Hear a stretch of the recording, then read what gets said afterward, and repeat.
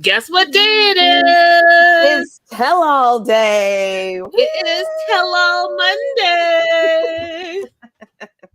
Hi, guys. Welcome back to The Melanated Way with your hosts, April and Linda. I'm going to do some housekeeping real quick. Oh, my gosh. First of all, can you believe it's May. Okay. And, May is my month. And I'm still wearing sweaters, y'all. I cannot believe it. If you don't think global warming is real, I'm telling you.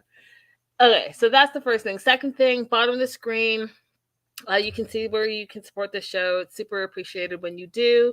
And super chat and super stickers are also very appreciated as well. I'll leave that up for a little bit and then I'll take it down. Also, while you have some time, you guys, go ahead and like and subscribe to my page as well as April's page. She is streaming live in conjunction right now over on her page. So go ahead and show her some support. And I know that a lot of you guys are, myself included, keeping an eye on this last Laker versus Denver game. So I'll keep that open and give you guys some live updates if you care about that. Do you want to say anything, April, before we get started? I care about it. Keep the updates coming. Hi, Drea. Hi, Joslo. Ty's way. Amanda's in the house. Woo-hoo. Yo, listen, I try to put my jeans on. I don't even recognize myself. I need to get my act together and start working out again because, woo, there's no summer bodies happening here. Just Taco Tuesdays. Hey, whatever makes you happy. Just get bigger jeans if necessary. Oh, Lord. Okay. So, part 2, 90 Day Fiancé the other way. Tell all. Overall thoughts, April? My overall thought was just watching people's relationship with the truth is really interesting. Right? So interesting. Very, very much so. Mm-hmm. My overall thoughts, you guys, I'm going to be coming in hot. So I'm going to put that disclaimer out there right now. I'm going to be coming in hot. I was just not impressed with a lot of people for a lot of reasons. I feel like there were some missed opportunities. I feel like some people skated off free and some people did not. Mm-hmm. I felt like, I don't know about you guys, and tell me in the live chat or if you're watching the replay, I felt Sean's energy was a little off on part 2. A lot of dead air and a lot of they're looking at her because these are first timers. You got to remember, they've never done a tell-all before, right? So Sean is the leader. She's the host. She sets the tempo. She asks the questions. And I don't know, there was just a lot of dead air and they're looking at her like, what? And she's looking at them. I was like, why are we just all sitting here dead airing? Right. That's an opportunity to ask a question that we spent, I'm exaggerating, but hundreds of hours watching, perhaps ask the questions that we all have the questions that we want asked. Besides, Right. Gabe doing the most, which I'll get into later. Carol said Sean barely participated, and Crystal said everybody lying. And Drea said listening to while walking the Stairmasters. Girl, I need to get on the Stairmaster too. Fat. Smart. So that being said, thank you. Okay, so that being said, let's just jump in. So we open the tell-all with Nicole, and she's crying and apologizing for Mahmoud. I don't know why she's apologizing for her husband. I don't even know why she's crying. Is she crying because she's upset that her husband is showing up and showing out? Is she crying because people are seeing another side of him? I wasn't sure what the tears were about. What did you think they were about? I think that she's conflict adverse and doesn't deal well with anytime people are having conflict that is emotional. I think she's actually does okay with stating her opinion at times, but anytime it becomes emotionally overwhelming, I think she has difficulty. She might, well, I won't say that. I mean, you're gonna have to say it now. I was just thinking about some of her other behaviors. Maybe she's somewhere on the spectrum. Interesting. You know, just think about like how she burst into tears while she was washing her face, her flat affect that she has a lot of times. You know, remember Asuelu got really overwhelmed when people were yelling at each other and he started hitting himself? It kind of reminded me of some of that. Oh, yes. Wait, my mama's calling. Please hold. Mom, I'll call you right back. I'm doing my show. Okay, love you. Bye. You know, when the mothers call, I don't know if you have African parents, but you have to answer at all times. Or else something's going to go very wrong. Very wrong in your life. Okay, so, yeah, I wasn't sure. So then there's Gabe, right? So Gabe is challenging Mahmoud. And Gabe is talking a lot of shit, in my opinion, and saying that anytime Mahmoud finds the situation difficult, he walks away. And so what I thought was interesting is that, so Mahmoud takes off, he's like cussing and yelling and all this stuff. And I thought it was interesting, April, that Sean asked Nicole to step off stage and go and get him. Right. Not a producer. So was this just an opportunity for them to get more content filmed by having Nicole be the one to go do it? Or did he say at some point, I only want to speak to Nicole? Well, we needed that backstory because, again, you're in New York City, you've got a ton of producers, you got at least one producer per couple. So, like, where's the producer for that couple that you spent the whole season with them? Why don't you go and find where he is? She's the talent. And again, missed opportunity so that you can maybe talk to her alone. Yes. Alone. And see if you're going to have a different answer than her just sitting there crying and apologizing for her husband. Like, I don't get it. Anyways, so then Danielle speaks up a little bit. She found this whole situation triggering. It reminded her of her situation with Johan and how it's difficult for them to have hard conversations as well. And she finds that the relationship is similar in the sense that the rules are very oppressive for women, in Danielle's opinion. And, you know, I want to have this conversation, and I understand you guys that a lot of you guys, I don't care what you believe or don't believe. Okay. I'm going to speak from my personal perspective. And here's where I agreed with Mahmoud. And one of the things that I'm having an issue with, and all the Americans, April included, you guys can school me, but I feel like this was a little bit of attack on Mahmoud's Muslim Islamic ways and traditions. I grew up Christian. Why did I grow up Christian? Because my parents were Christian. As an adult, do I have the opportunity to explore other things and believe other things? Absolutely. I'm grown. I can believe what I want to believe. Just like April, you believe what you want to believe. You grew up a different way. So I couldn't understand the attacks on Mahmoud and him, quote, forcing his children that don't exist yet to be Muslim, as if that's a bad thing. I'm going to tell you, you're going to grow up the way your parents raise you. And as an adult, you can decide if that's something that you want to continue to do. But for Gabe to attack Mahmoud and say that he was forcing this, quote, oppressive belief system on his family, I thought that that was a very Western way of thinking. I felt like it was not very worldly. And I also, too, felt that because we already know that Gabe has some damage and trauma from his experience with people who are believers. And so he takes religion and organized religion a specific way, and he's filtering his beliefs onto Mahmoud. Now, would we have the same conversation, just like, and Mahmoud said, and I agree with him, if it was Christian or Jewish or whatever, will we be still having this conversation where you're telling people that they're forcing their faith on their children? What are your thoughts, April? I wish that they had the conversation differently. I don't know why the conversation had to involve imaginary children.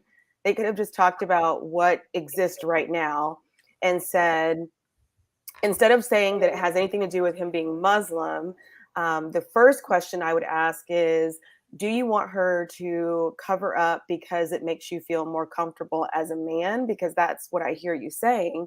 Or do you believe that that makes her closer to your God by covering?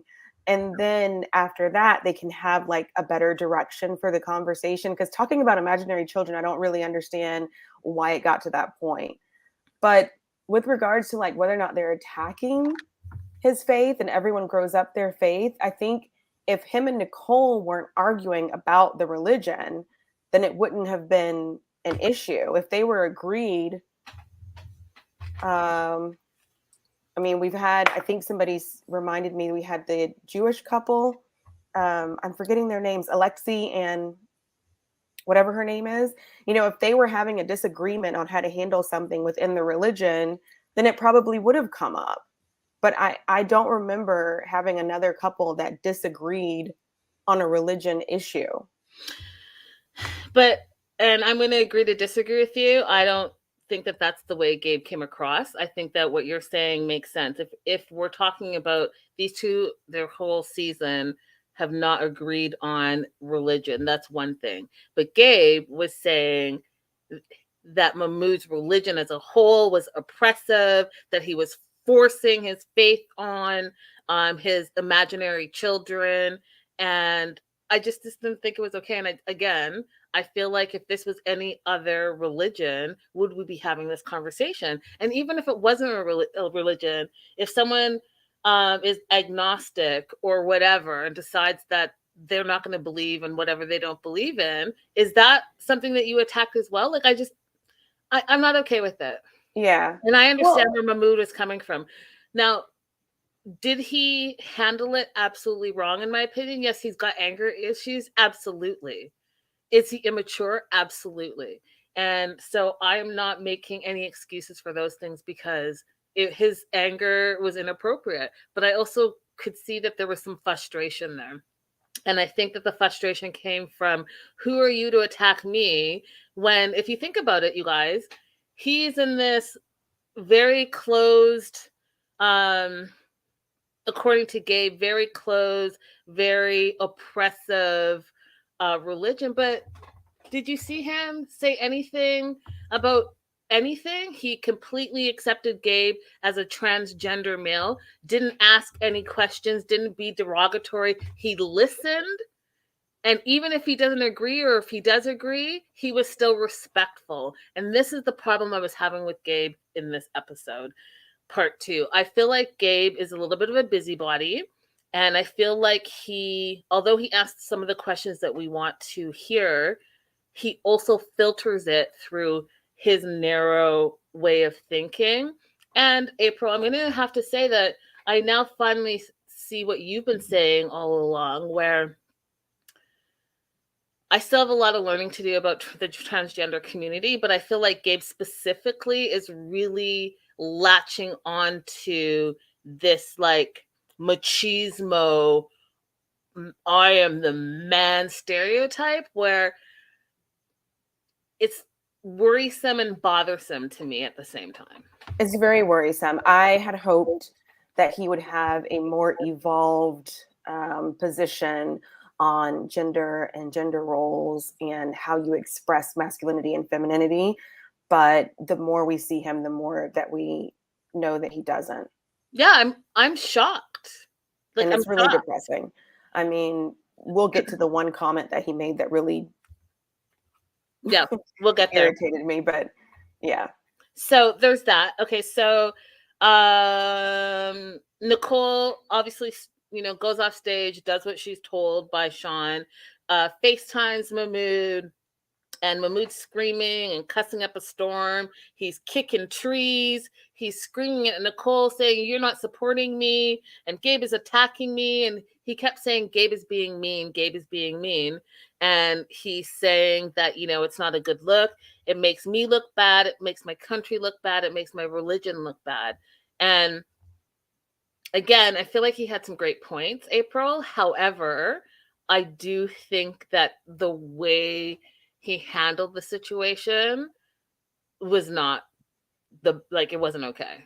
Like, It wasn't. first of all, what are you yelling at Nicole for? Just like Nicole said, like, I can't control what other people say. Okay, but I had an issue with her saying that though. Okay, go. She's saying I can't control what other people say, but she's constantly, well, not constantly. We've seen 2 times that she's triangulated other people into their relationship to say things that she does want said. She specifically said to Gabe, "Are you going to tell him that?" I And then, when she invited the yoga friend over to the house, or to the restaurant, she specifically wanted her to express some of her opinion.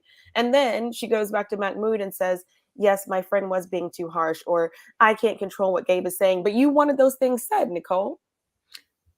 absolutely agree with you. I absolutely agree with you. And I'm going to tell you guys something. And I know that I'm going to start it now. And I told you guys I'm on one today, but I also believe everything that I'm saying. And we can have a discussion about it. But this is how I feel. I feel like, okay, so first I'm going to tell you this. So they come back to stage, and Mahmoud comes back on camera. Nicole sits down, and Nicole's still like wounded little bird, crying the whole 9 yards. And Debbie tells Nicole, "Oh, poor Nicole, poor Nicole." And Nicole needs a hug. And here's my issue. Okay, this is my issue for the whole episode. And you can look at my thumbnail. I'm like, so in all of this, the whole part 2 of the tell-all, where we're having the opportunity to speak to everyone and look at everyone's actions, none of the Americans did wrong. So all the foreigners are in the wrong. Make that make sense to me. So Debbie's coming to console poor Nicole, who's been a victim all season.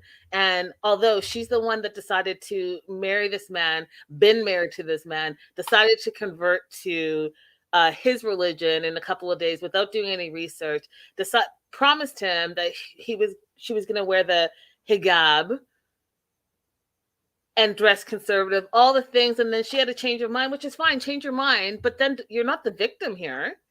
No. Right? And so in all of this, I was like, oh, I'm looking at Debbie sideways, I'm looking at Gabe sideways, I'm looking at all y'all sideways, because how are all the Americans done no wrong? Because I can sit here and blame the Americans just as easily as the foreigners, but this episode was a lot of blaming the foreigners. And I was like, one of the things that I think that, okay, I'm just going to say it. One of the things I understand about America and growing up in America, and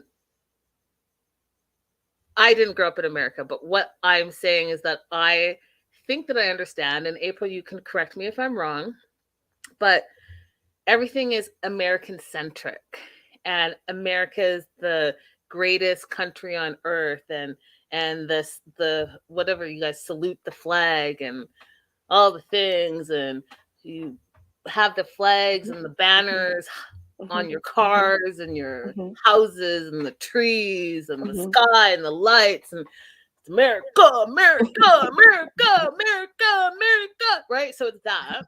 And so I understand that pride and joy of your country, and I respect that, but I also think that you grow up believing that America is the end all be all. And then to top it all off, and I was just having this conversation, so I now know the stats. So the statistics of Americans traveling abroad is 12%. Only 12% of Americans have traveled abroad. 12%. And guess what? Out of those 12%, oh shoot, and someone's going to come and quote me and tell me I'm wrong. I know the 12% is right, but it's less than 10% of Americans actually have passports. Yep, that's true. So that being said, okay, let's take it back to the other way. If y'all haven't been anywhere, and the majority of you believe, like, America's the greatest, then perhaps you sit this one out. Perhaps you like allow the foreigner to tell you a little something about their country, since you're not even going to go travel there and you know nothing about it. That's why I always talk about how missed opportunity for this show. When people travel, show them the country, because a lot of them are not going to ever go there.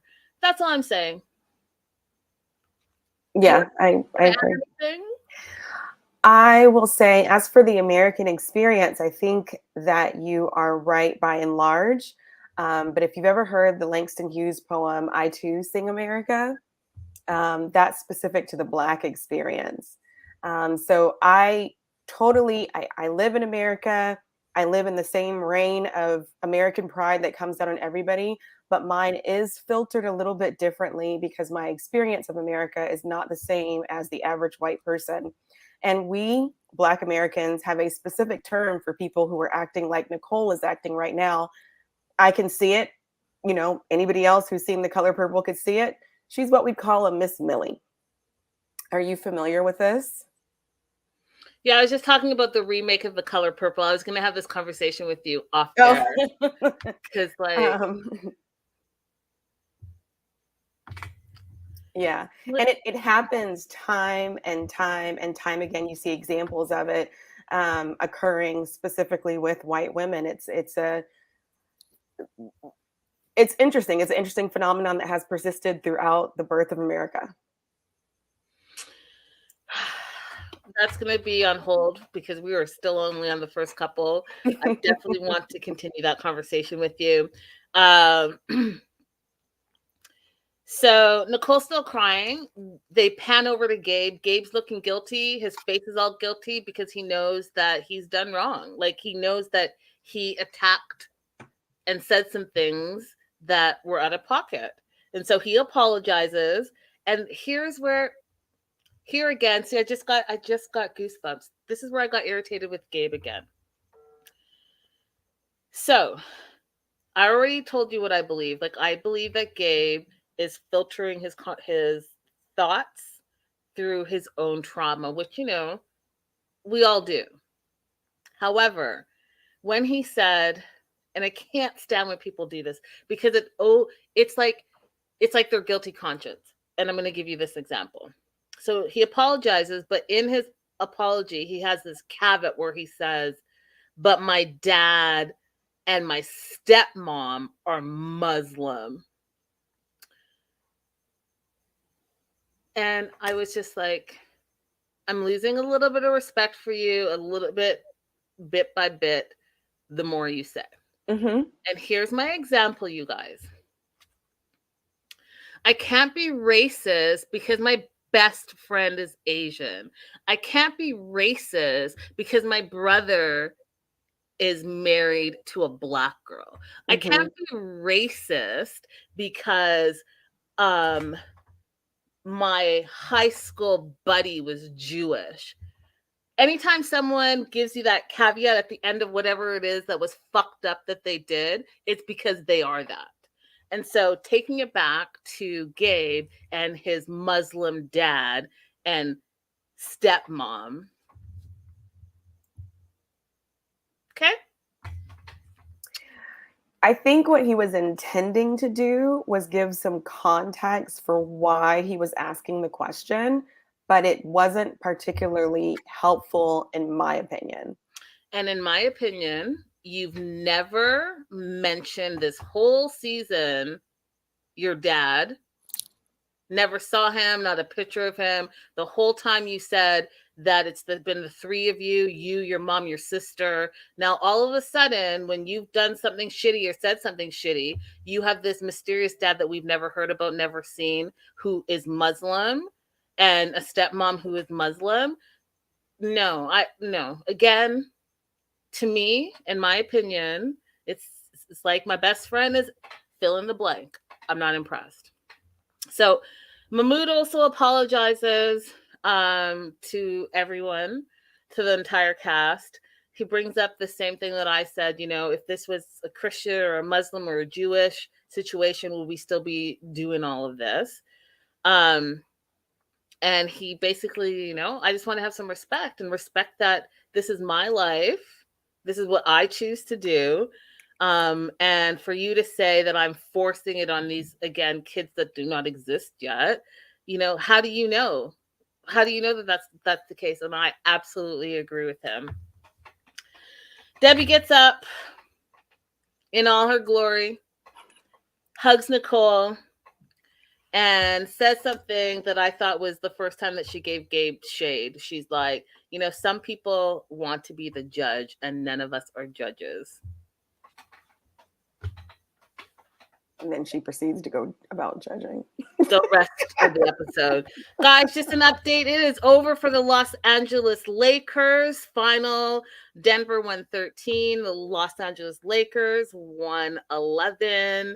So they will not be moving on to the finals. I think that it's going to be Denver and Miami because, Boston is in a similar situation. So just letting you guys know that is the update. If you're not watching the game and you're over here watching us, which we appreciate. Thank you very much. Okay, sweep. All right, so, hey, S4E. Hey, girl, hey. Hello from Amsterdam. Oh, Amsterdam. Awesome. Okay, so Gabe and Isabel. I just don't even know where to start with this. Okay, so Sean asked him how the bulge business is going, which I just thought was a little like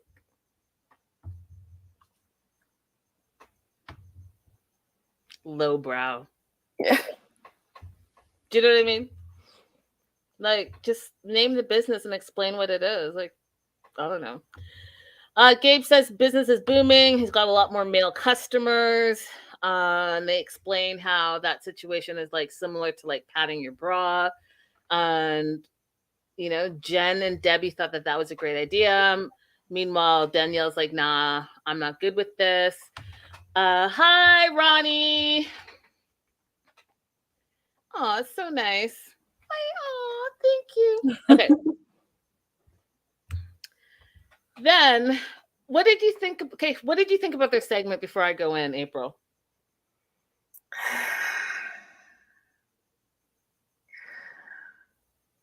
I want more from everybody's word choice, but Gabe isn't requesting it or even acting in a way that would be highbrow himself. So what can I do? What can I say? Laura said, I kind of wanted Gabe to say cis male customers. I mean, listen, there's a lot of things that I wanted Gabe to say and do. But like I said, Laura, at the top of the show, I feel like he's really bought into this machismo about who he thinks he is as a man. Go ahead. Yeah, at this point, I would not be surprised if Gabe thinks that people who have not had bottom surgery are not men. He has not indicated to me any real acceptance or understanding of people claiming masculinity or maleness outside of surgery, and his constant reiteration that he is a real man. I don't think that that's where he is intellectually. Same. So they bring out his friend Trey, which I was like, why is this person here? We met him like what, one time, twice at the most, and he brought nothing to the table. I just kept thinking, Drake, no new friends. Like, we're invested. We have these 2 hours, and you guys, like, instead of Trey, ask questions.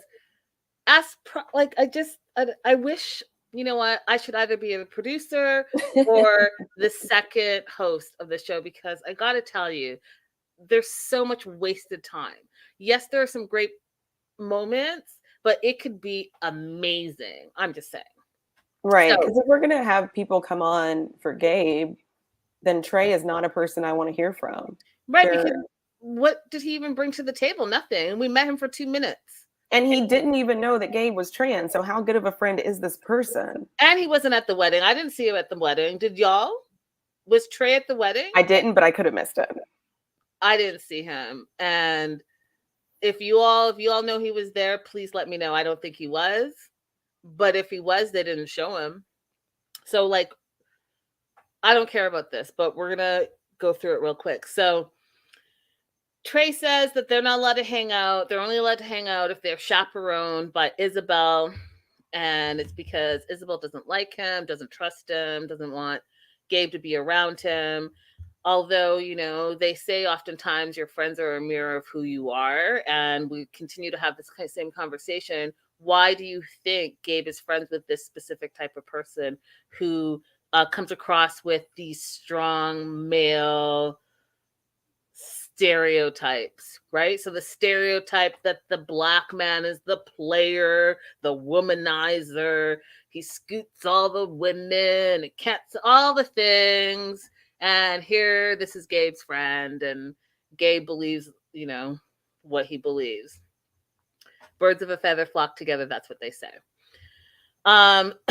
So apparently Isabel doesn't like Trey's loose lifestyle, leading her husband to live like that. Well, I don't think that's the case per se, because guess what? They were friends before, right? For the last since he moved and to Colombia, April. Right. So you kind of knew who he was, and you kind of knew that that's who your husband chose to be his friend. Right. So really quick, T Jones is going off in the comments, and I don't want it to just like go unchecked. What's happening here? Gabe is a man and So identifies as a man. Sorry, 1 second here. T Jones, I'm going to tell you this one last time. If I see one more comment with your bullshit, you will be blocked from this page. I'm done with you. I'm done with the transphobic, hateful garbage that you spew on my page all the time. Stop it or keep it pushing. You will be blocked. I'm not fucking around anymore.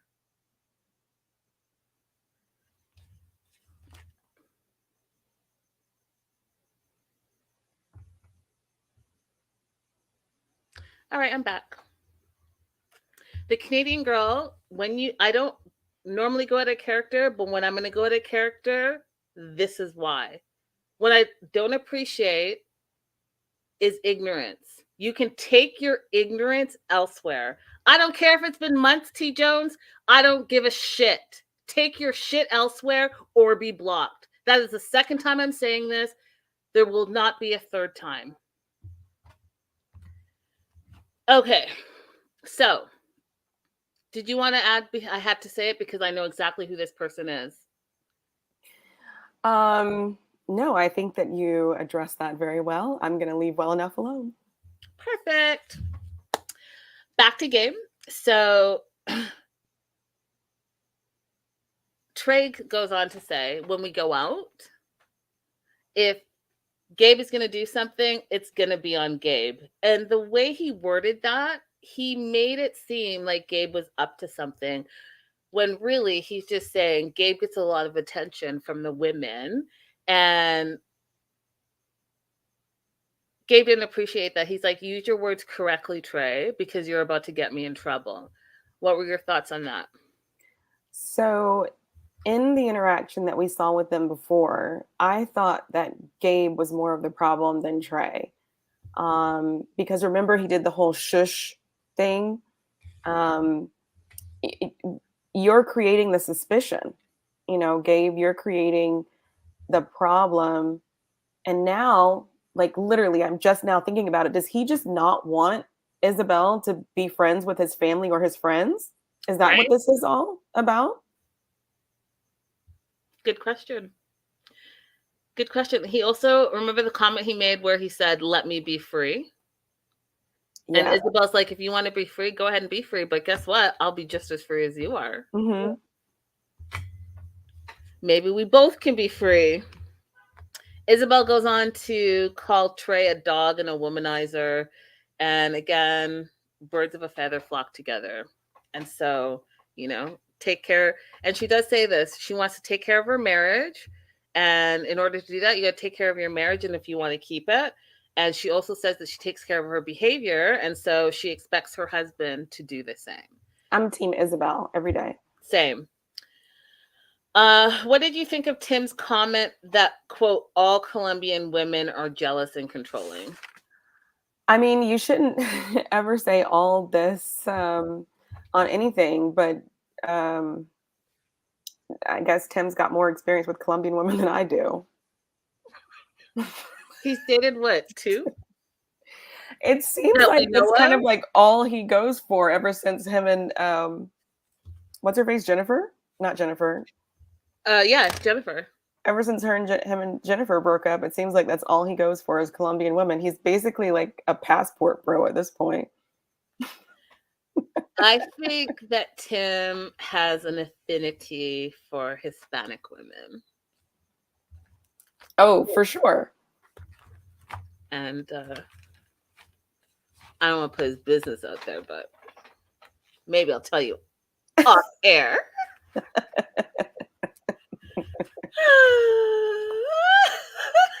I'm excited to hear She about would this. kill me. Oh my gosh, she would kill me. Okay, so moving on to Jen and Rishi. Overall thoughts on this whole situation? There's How do you so much going on with Yeah. that. Okay. How do you have a relationship with someone who you know is just going to tell you whatever you want to hear, regardless of whether it's true or not? How do you comfortably have a relationship with that kind of person? Friend or romantic? I feel like there was so much going on here, and like I do have a lot of notes on them because there was just so much going on. Like between the breakup and the getting back together and then the wedding and then the parents and then the Rishi and then the translator. There was just a lot going on in their segment. And I still was like, so like, why did you even bother? Like, you know, nothing is going to change. So like, why are we doing all this? But here we are, we're doing it. So they broke up, but they've been speaking since the breakup, right? She apparently went back, and she didn't say she went back to India, but I'm assuming because her and Rishi were at the same wedding that she went back to India for the umpteenth time for a mutual friend's wedding, ran into Rishi, they hit it off, reconnected while she was there, and their love has been endless ever since. She stayed at a hotel, he stayed at his house, but, you know, they spent time together, they were intimate. First time that they were intimate in a long time. She said it was amazing, mind-blowing. He said it was, quote, salvation. She goes on to say that they love each other, but he's a mama's boy. That would be an awesome thing to do. You know, that show, I Love a Mama's Boy. Go ahead and have the international edition because there's a lot of people I could sign up for that. Mm-hmm. So she goes on to say that he's a mama's boy and deeply connected to his family. Do I want to say something right now? I'm going to wait. Do it. Okay, so I'm going to say this. One of the things that I think, again, like I said, I feel like this is very Western mentality, specifically Americans. I feel like for Jen to have traveled to India as many times as she has, she really should know the culture by now. And part of that is, yeah, they are multi-generational families and they're all intertwined. And if that's something that you don't like or don't want to be a part of, then that's okay. But again, to force this Western mentality on a whole way someone else was raised outside of America, it just, I can't wrap my mind around it. Like, I just really can't wrap my mind around it, April. I feel like for me, being an African from Canada, our culture is very deeply connected as well. A lot of respect for our elders. And you and I have had this conversation before where, yeah, you're there oftentimes are multi-generations living in a house, and that's Yeah, how it is. All I'm saying is respect each other's differences, respect each other's cultures. It doesn't have to be one way and your way is the only way. I understand that maybe that's not how it's done in America, but guess what? Perhaps it's done in other countries, and that should be just as okay. So, that being said, Debbie goes on to call Rishi a coward, and Gabe backs Debbie up, saying that, he didn't stand up to his mom for Jen. And what are your thoughts on that before I go off again? So, on the earlier note, I think it would be easier for Jen to understand the cultural issues if Rishi didn't say, yes, he would leave his family for her when he didn't really mean it, because she didn't know not to believe him saying that. As far as Debbie saying Rishi is a coward, I think she's just angry at her situation with Osama. Because I think the rest of us can see, whether you like Rishi or not, I think we can see that he's between a rock and a hard place. Yeah. So again, I'm going to give you an example from an African point of view. Okay. I joke about this all the time, but it's true. So, in African culture, there's just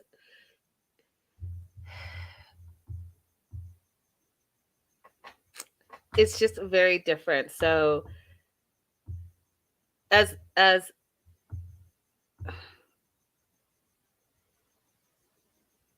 just on general principle, a young person would never speak back to an elder. It's considered disrespectful. And so when Debbie talks about Rishi being a coward and didn't, quote, stand up to his mom, I just want you guys to think about perhaps he is, quote unquote, standing up to her in a different way. Now, is Rishi a liar and like a smooth talker and a talker around her? I'll get to that part. But I guess what I'm saying is that not everything is done the Western way. And I want everyone to just open their minds a little bit and be respectful of that, because I don't think that one way is better than the other way. That's all. In my opinion. I see you're like, eh. Well, like as far as like multi-generational houses, I think that has a lot of really good benefits to it. As far as communication style being just say whatever the other person wants to hear, I think that's a horrible style, That's whether not it's what I said, cultural though. or not. Okay, Yeah. but that's not what I said. So, because I'm agreeing with you, I don't think that you should just be saying whatever to appease anyone, nor do I think that you should be faux translating, which I'll get to. I'm saying that perhaps when someone is, quote, standing up to a parent or whoever, it might just look different than how you do it, or how you do it, or how you do it. As a Westerner and as an American, it just might look different. It doesn't have to be through an American point of view. That's all I'm saying. So Debbie and Gabe are kind of coming for Rishi. Debbie says that there was no passion. Where was your passion? And here's where I agree with you that perhaps she's thinking about her own situation. Because if anything, Jen and Rishi had the most PDA that we saw out of all the couples. So I don't know, Debbie, what you're talking about passion. Because did you and Usama even hold hands? I mean, like, off camera, apparently. I mean, if we're going to talk about passion, right? And then, so there's that part. And then Gabe goes on to say, you don't defriend your woman, bro.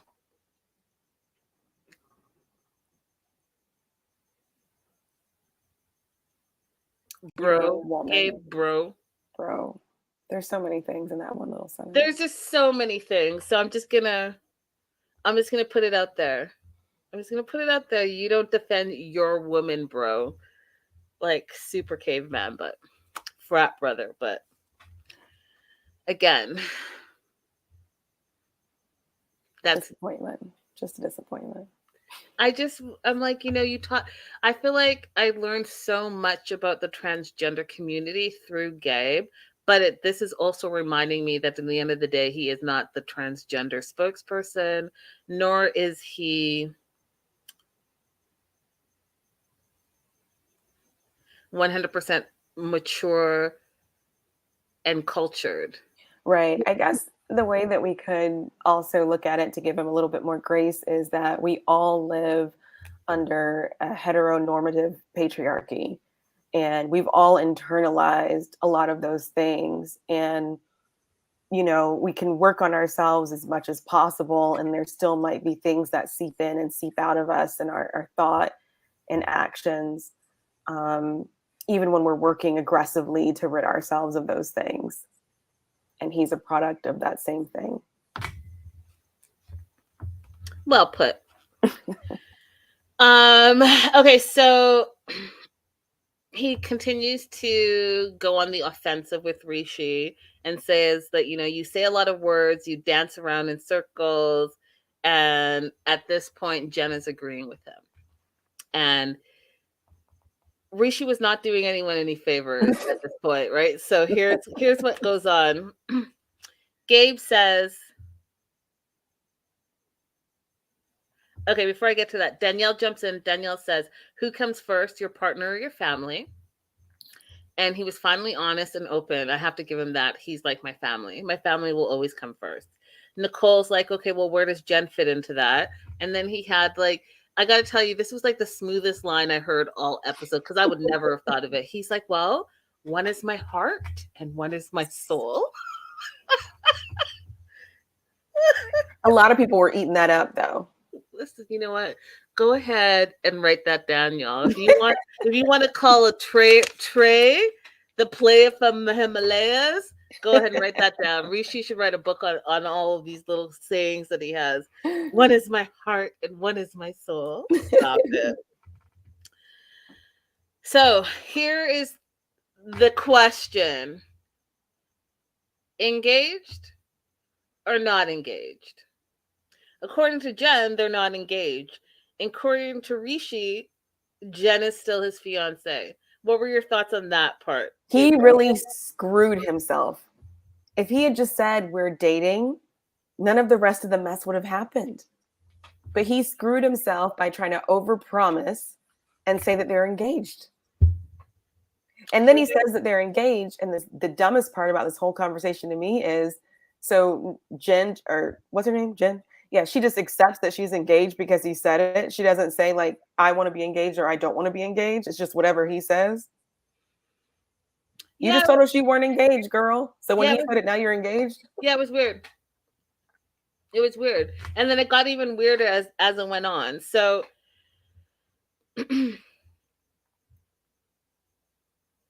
he goes, so then he dances around this a little bit. So Jen's like, well, does your mom know that we're engaged? And he's like, yeah, she knows.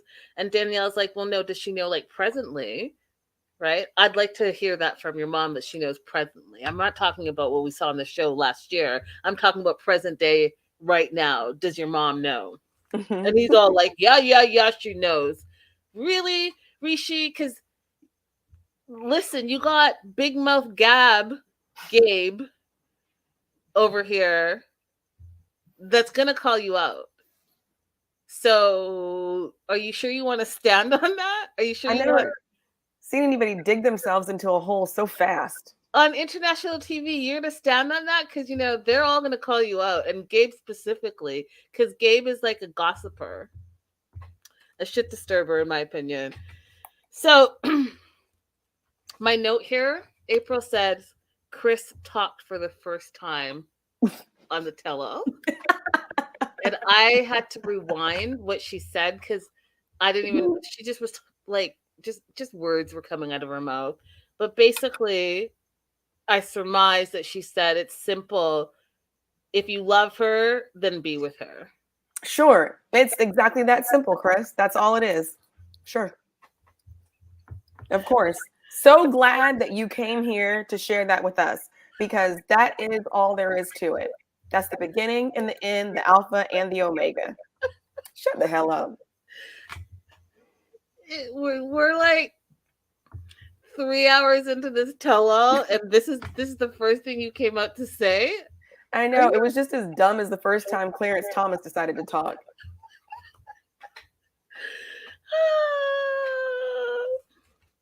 Okay, so then they bring out Myra and Randy. Do you want to say something about Myra and Randy? No. Okay, so Myra and Randy come out and they're like, yeah, this is news to us. I didn't understand that you guys were back together. You told us you were going to a wedding, and now all of a sudden you guys are back together. Myra goes ahead and puts her foot down and says, you know what? This is never going to work. She tries to use the terms that Rishi would say. It's not in the stars for you. And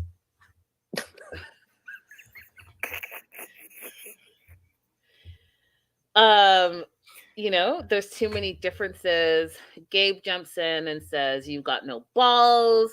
You don't want to leave your mama's house. It's time for you to grow up. And again, I just want to say to Gabe that I get you're looking through your perspective. But if you go outside, and April, even if you don't agree with me, I know that you know that this is true. If you go outside of America, you will see there are multi-generational households. Sometimes it's an economic thing. Sometimes it's a survival thing. And sometimes it's just a cultural thing. Outside of this one country, I gotta tell you, there's plenty of cultures that live that way. So, you know, some cultures, people don't leave the house, men and women, until they get married. Some cultures, you know, I stayed home for as long as I could while I was in university, because guess what? Going to school and living is not cheap. So if you can stay home and live cheaper, I don't see a problem with that. So y'all just, this like, you're 18 and you're out of the house and all the things. Not everyone is going to live like that way. And that should be okay. And Jen hasn't really, that I remember, explained to us why she doesn't want to live in the house. Like, I'm sure they could, well, I shouldn't say I'm sure they could, but it doesn't mean they have to be right on top of each other like Mahmoud's family house. They can have different courtyards and, you know, space and a lot of area. And I just want to say this. I'm wondering, is Jen one to speak? Because Jen, you're what, 42, 48? How old did they say she was? 48. She's 48, and guess where she lives? She lives with her parents, doesn't she? She lives with her mama and her brother and her brother's woman. Mm-hmm. I mean,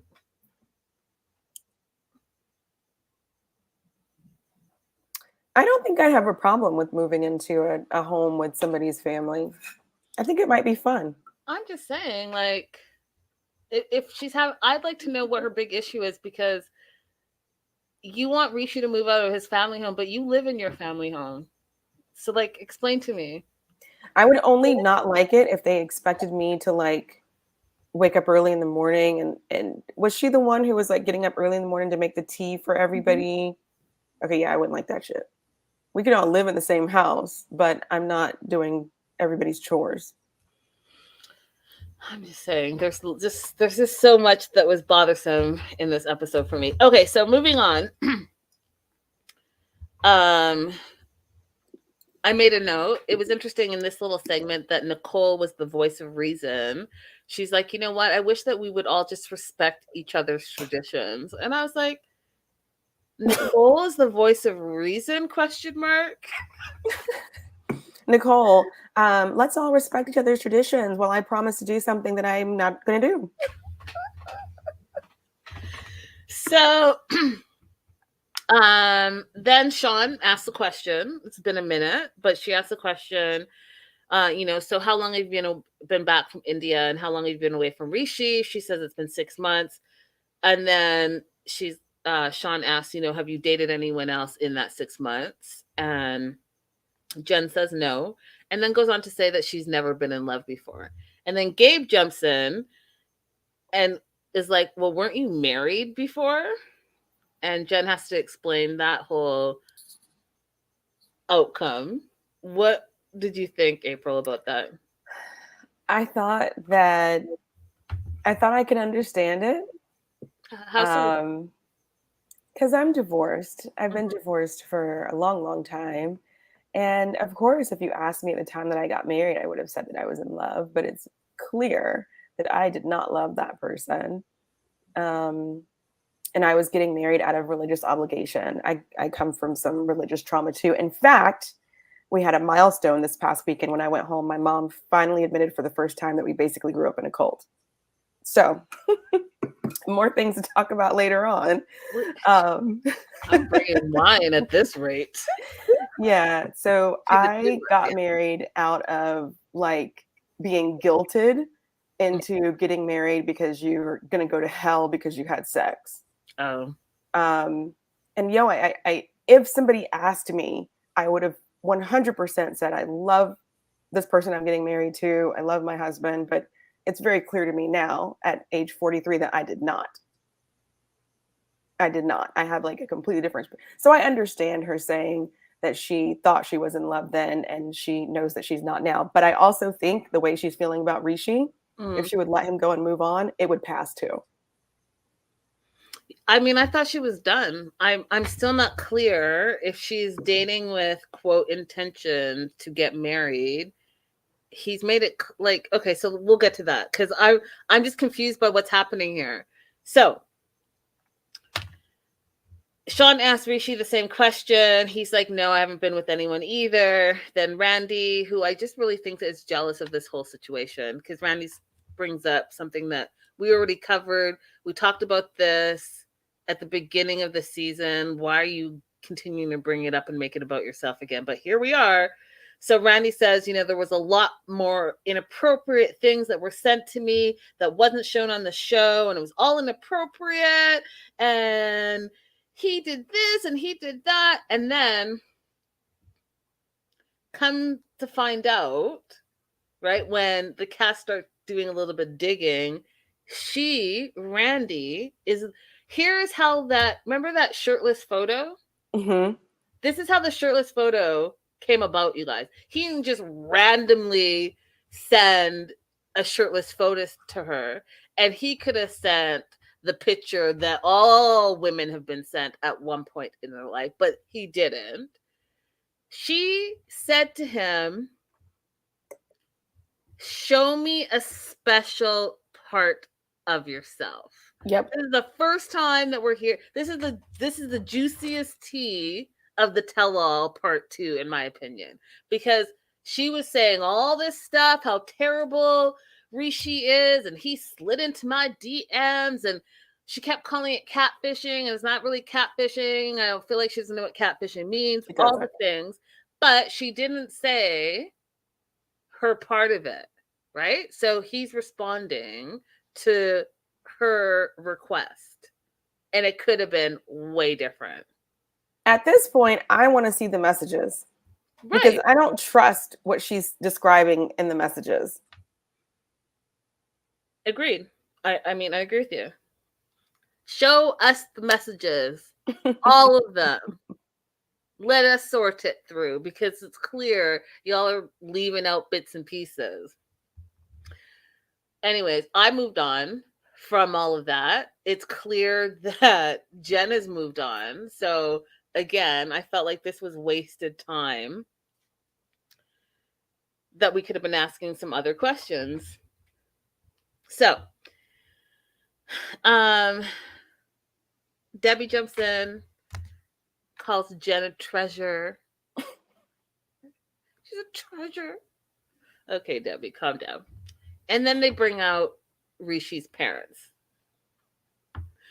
It's clear that Rishi has not told his parents anything. There's been no updates. There's been no, like, here's what's going on. it's clear to me that he translates whatever he wants. And he said it. I'll give him that. He said in one of the episodes, had Jen and her friends not brought in their own translator, he would have translated it totally different. Well, guess what, you guys? We saw that play out on international TV. We saw that play out on this episode. And it was so funny because even the interpreter was like, this MF.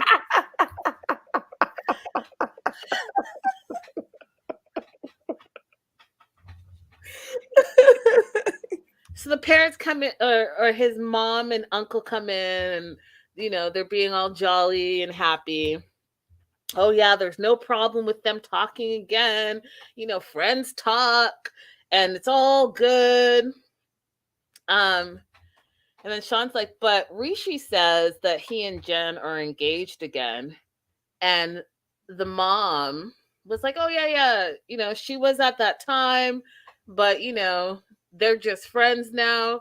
And that's when the translator jumps in and says, yeah, that's not what she said, and that's not what Rishi's saying. Rishi is saying that they are engaged right now. And the mom's like, oh no. And the uncle's like, no, we do not agree.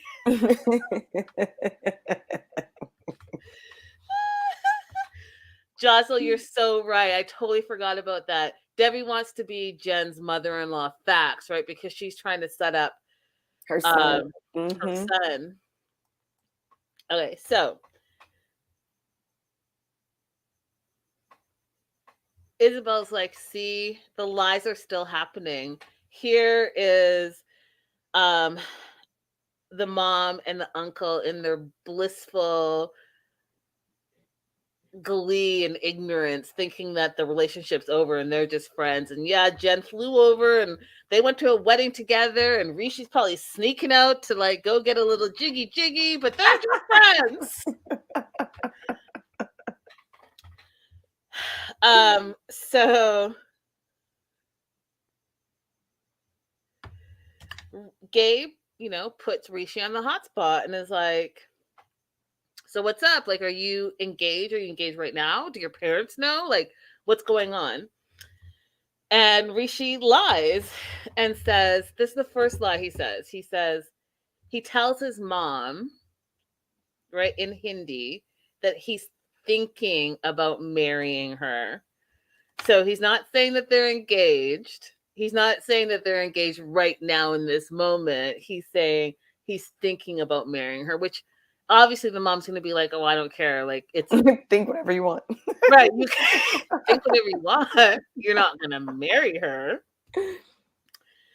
And then Rishi tries to double down, right? Because he's getting called out on his little lies, and says, well, engagement means thinking about the future.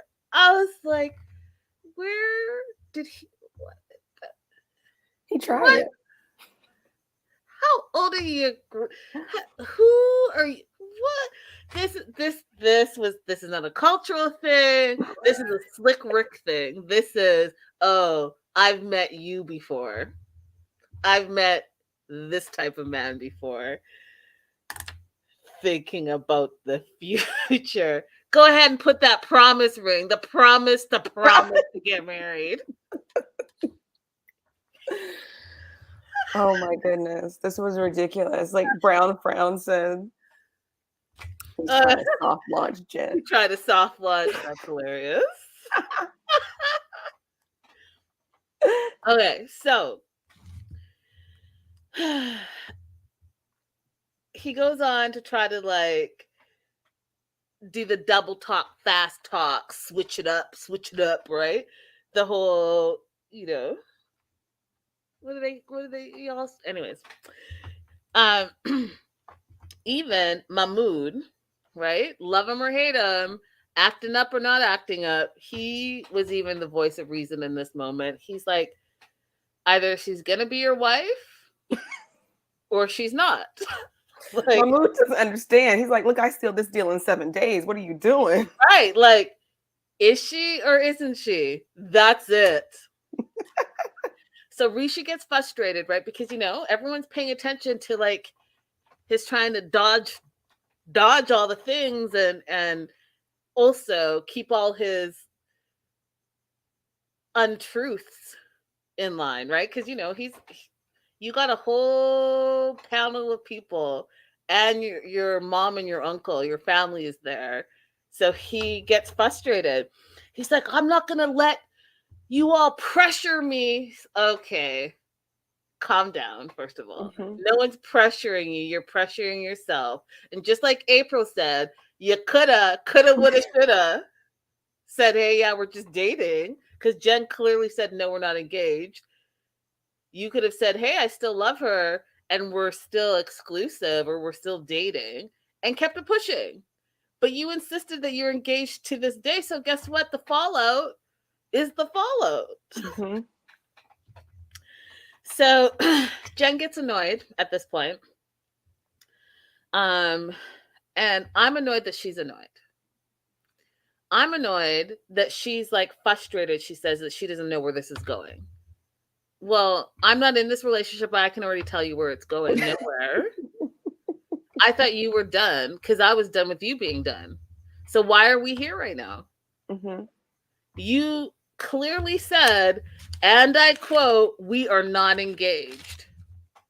Homie over here tells a bold-faced lie to millions of people that are watching and says that you're engaged. And so now that you're engaged because he said you're engaged, so are you engaged or are you not engaged? Jen is working way too hard for this. So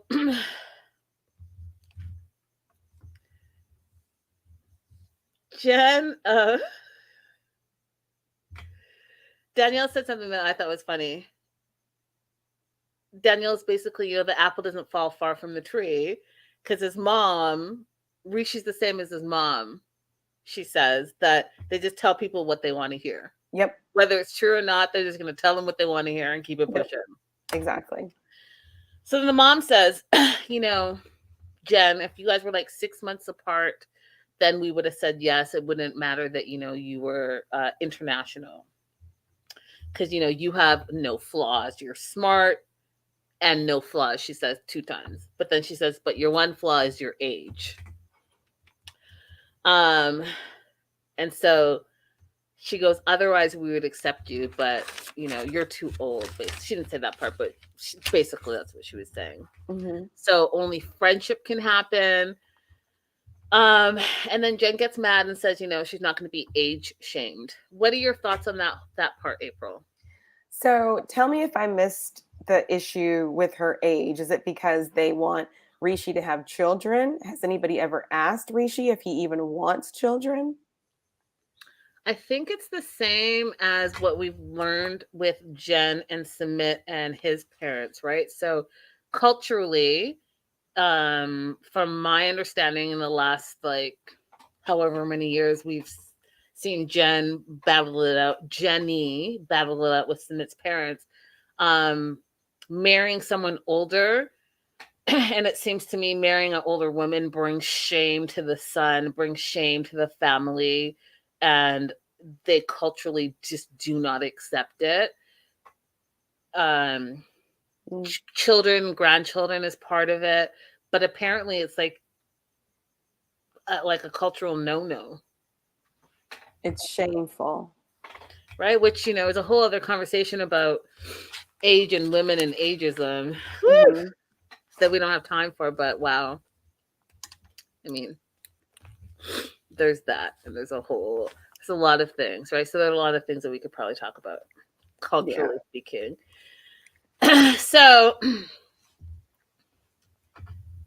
Jen gives Rishi an ultimatum, says, if we're going to get married, then you and we need to be planned to be married within the next 1.5 years. And I want you to tell your mom, and I want you to tell her right now. Then there was just silence. Silence, right? And you know what that silence is, April? You know what that silence is? Tell me. The silence is, because I've been with this type of man before, the silence is, let me think about what my next move is going to be. Let me think about how I'm going to get out of this little situation and tell like a bold-faced lie but make it come out smooth, which is exactly what happens. So in Hindi, Rishi, okay, so you guys don't forget, Jen said, tell your mom that you plan to marry me within the next year and a half. That was what he was supposed to say. He tells his mom in Hindi, there's nothing wrong. Everything's okay. And I love her. His mother. My note says that is not what Jen said. Not even close, Rishi.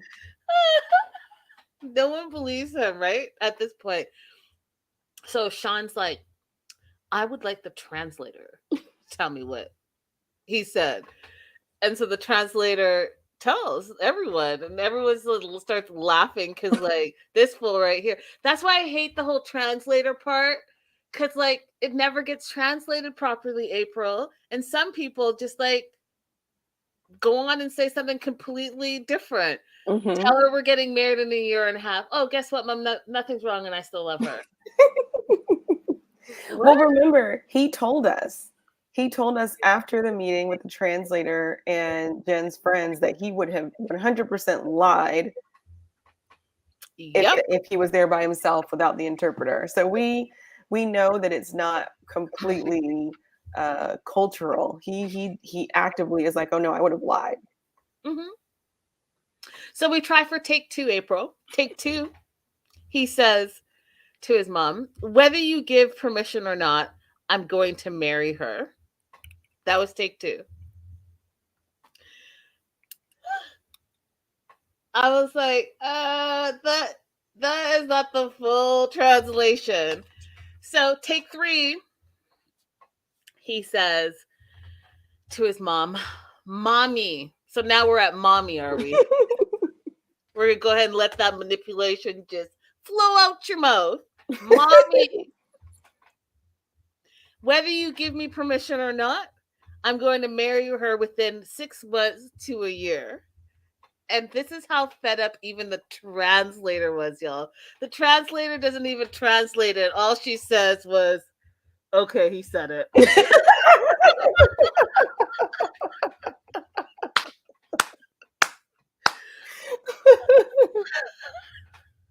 Translator, like, finally.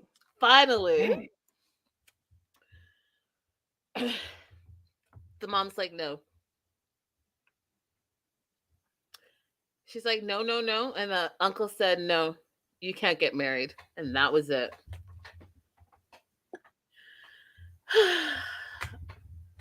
So funny to me. So much going on. You guys in the live chat, I'm curious, like, why do you think Jen is holding on to this relationship, given that she's saying she wants a specific thing? I'm just trying to figure it out. She goes on to say that she's not dating anyone in between months while they're separate, like not physically in the same location. Yet you see him lying on international TV. And then the preview that I saw for the part 3 of the tell-all, where she has a total breakdown. Like, what are you crying about? Why are you even in this? I think that for women who have been told that their life depends on whether or not they have a partner, and the age that she is having significant trouble adjusting. I mean, I'm starting to see people my age partner with horrible people out of fear that they're not going to have anyone at all. It's really sad. Low self-esteem. I think it's low self-esteem mixed with, Artful Variety says it's love. Love doesn't always make sense. You know what? I love that. I love that you love that for you. I love that. I love the optimism in there. I love the hopefulness. Yeah. I'm more of a sprinkle girl myself.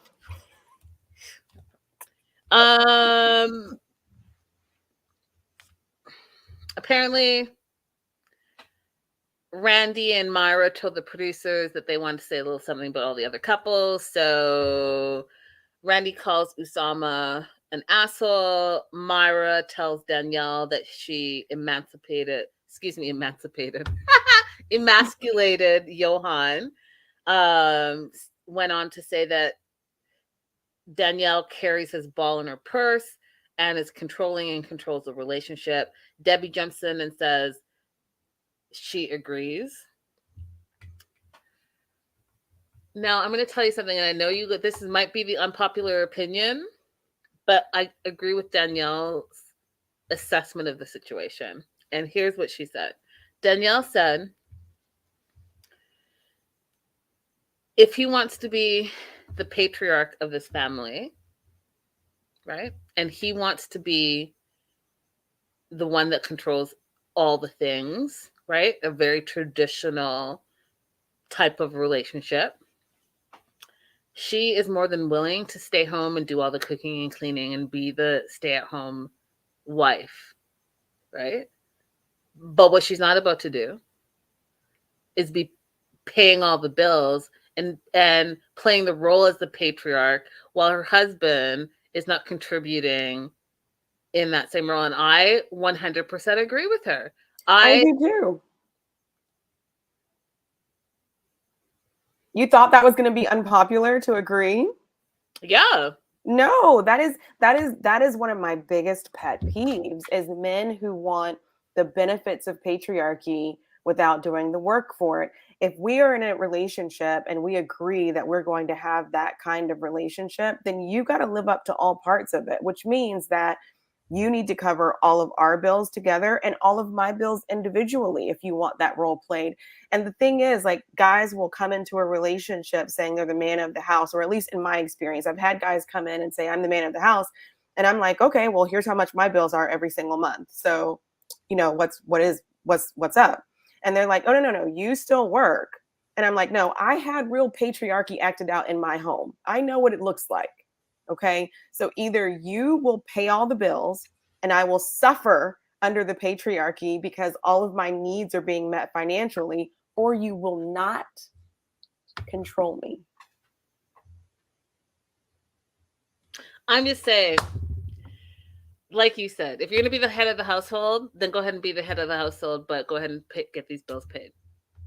Exactly.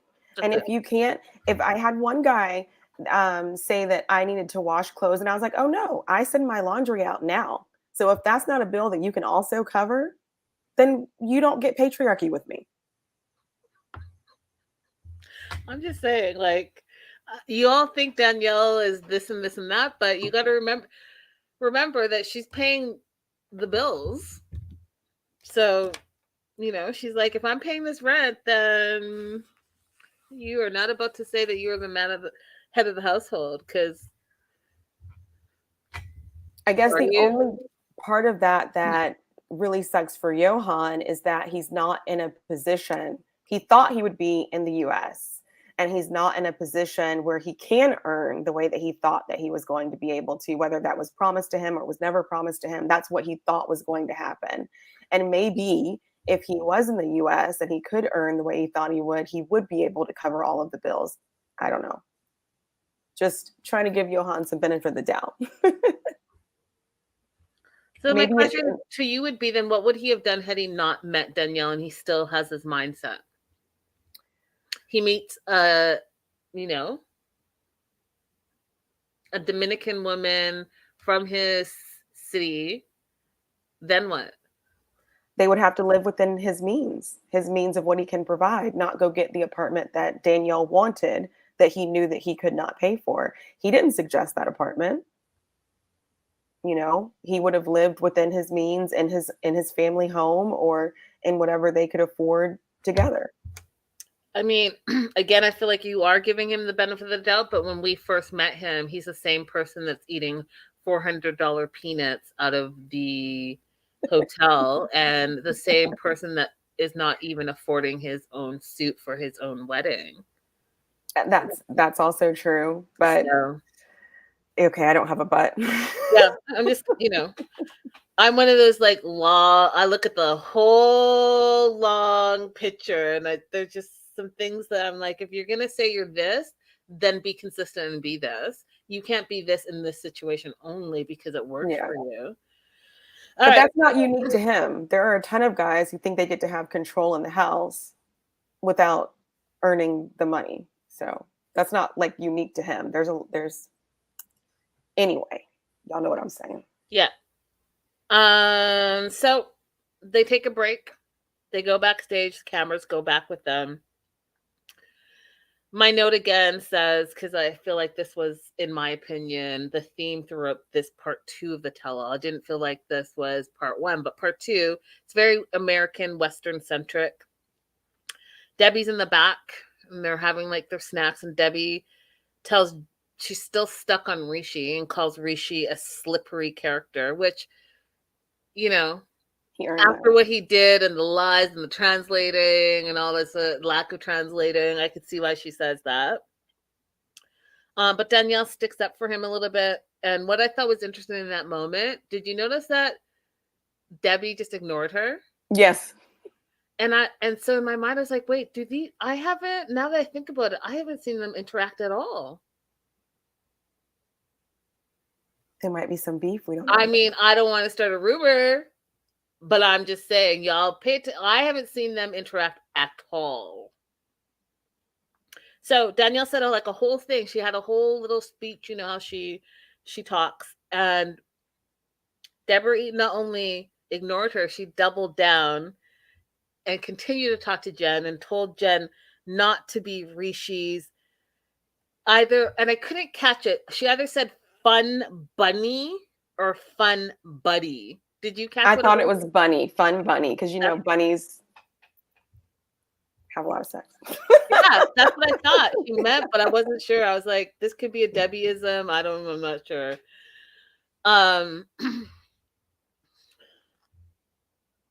So everyone backstage jumps in on Debbie's assessment, and basically they're all trashing Rishi and saying that he's a terrible person and Jen shouldn't be with him. That was like the gist of the backstage. Now, we come back and we get into sex, and just sex about all the couples. I'm not going to get into detail all of it, just the things that made me laugh or I feel like are worthy of talking about. And if you want to add something else, April, please jump in. So the first was Jen and Rishi. The only thing I wrote down that I thought was funny was Jen and tonic. Rishi wants a little bit of Jen and a little bit of tonic. Yeah, that was fun. Then, okay, so here's what I feel. I feel like I've come a long way during this season learning about the transgender community. There's a lot of stuff that I didn't know, though, that again, so Gabe went from me like I was irritated with him up until this point, right? And I feel like anytime he talks about, I mean, this sounds terrible, April, but I feel like anytime he talks about his transgender experience, he is wise and knowledgeable and spreads information and is open and vulnerable and dispels myths and all the things that I want to hear him say and that I'm learning from. And then if I feel like if it's not that topic, it's any other topic, then he goes into this weird, like, stereotypical I am man situation. And I just find it very confusing. Right. I guess there's a bit of hypocrisy that exists in all of us. And that's true. For me, with Gabe, I feel like this is my fault. I feel like I was the one who expected way too much from him instead of letting him be a whole person who has his own journey to go on. But you're right, it is disappointing. No, and you know what? I remember you saying at the beginning of the season that he is not the spokesperson for all transgenders, and I have to remember that because I think that this is my well, I don't think this is my first experience, and I'm learning so much. That being said, he goes ahead and explains his sex life, and Danielle had a lot of questions. And she had so many questions that made me feel like, oh my God, did I not learn anything this season? Well, some of this stuff, when Gabe talked about it earlier, it wasn't like explicit. And we didn't want to get too explicit talking about it here because I don't know what YouTube allows and what they don't allow. They don't allow a lot. And they already, y'all know they took my page for me. So even that's why I'm looking at my notes. Like, I'm not even going to get into it. I'll just say that he explained a lot. And I just had no idea. Like the thigh and the arm and the wrapping around, and it's all very, very interesting. If you just want to learn more about it and search it out, it's very interesting to read about and learn more about your body. Yeah. I don't think that we have very good sex education here in the US. So just learning more about your body functions and how the surgery works is just interesting. There you go. Then there was Johan, and they played the Johan shoe size situation and his fascination with Danielle's friend, and both of them being size 14 and what that means. And they both have big eggplants, and he's all proud about, okay, calm down. Then Sean's back. She woke up, her and Chris. It was really napping together. I don't know. I felt like she was going through something because she was like, in my opinion, for just part 2, she was checked out. And in my mind, I was thinking a bunch of things. Like I was thinking, well, this is the first time, right? She's seeing this cast with other tell-alls because she sees them every year. She has more interactions with them. What I think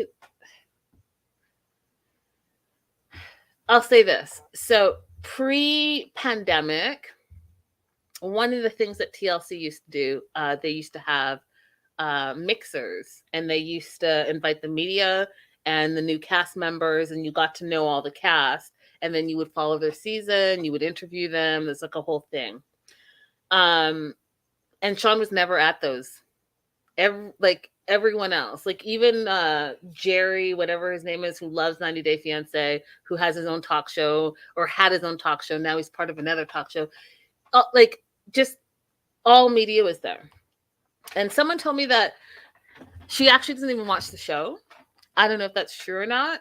I think someone even in the live chat said that. I don't know if it's true or not, but whatever was happening this part 2, I felt it through the air, if that makes sense. I felt it through the air. Like she was just like, I'm looking at my cue cards. If I'm not looking at my cue cards, I'm looking at the teleprompter. I'm listening to the producer in my ear, and I'm just like not there.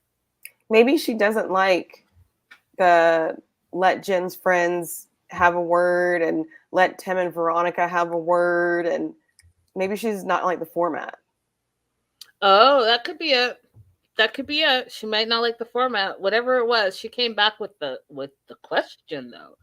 And her question to Danielle was, everyone wants to know, like, how do you make it work? Because, you only come up to Johan's waist. She's like, guess what? He's strong. I'm flexible. We make it work. And the line that was funny to me was Johan said, well, in the bed, we're all the same size. And then good old Debbie comes out. Debbie's like, I don't know, Johan. That's not very flattering. your private parts are all on display all across America. First of all, I mean, again, that just proves my point that we're like super American Western centric because he's like in the Dominican Republic. So if you're trying to make a point that his private parts are all over the place, you should at least say they're all across the world. Okay, but is she telling us that she subscribed to his private account? Because how are you seeing this, Debbie? I don't know, but that's what she said. Then she goes on, and you're going to be known as the guy with the big dingling. Guess what, Debbie? I'm going to tell you this right now. From millennials on, they will welcome it. They don't care. He is happy to be known as the man with the big dingling. Because guess what? Hello, like April just said, his unfiltered, his OnlyFans, all the things will bring all the girls. What's that song? All the milkshakes To the yard. Right. My milkshake bring all the boys to the yard. That part. Yeah, I mean, Laura. do I need to subscribe for a month and see what's going on? Laura. Okay, Laura, you're hilarious. So then, I know you guys know on the show with April, I just was not convinced that nothing happened between Debbie and Usama, right? So Debbie says that she's normally not attracted physically to young men at all. She prefers someone her age. And do you believe that, April? I do not. I don't believe her. Okay. Because if you are okay, first of all, Debbie, first of all, my first point is this. If you are not normally attracted physically to young men at all, why did you spend 3 years online entertaining a 24-year-old? Okay, that's the first part. Second part, you went and visited him on multiple times. You went at least twice. Okay. Third thing, I don't believe for 1 minute. I don't believe it. I don't believe for 1 minute that you went all the way to Morocco and there were no Casablanca nights. I just don't believe it. Absolutely not. I mean, she said the first day she got there, it's okay that we sleep apart tonight. So I just got in town and I'm tired. There was no indication that it was going to be a forever situation. So she outright denies nights in Casablanca and says that it's Osama's wishful thinking. Now, so Sean, she's back and asks a question. She's like, if you don't mind me asking, how long has it been since you've been intimate? There is silence. They go to commercial break, obviously. They come back. And Debbie says,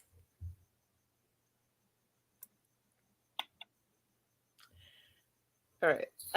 I'm pausing because in my mind, you guys, I'm thinking, am I going to act up right now or am I going to not act up?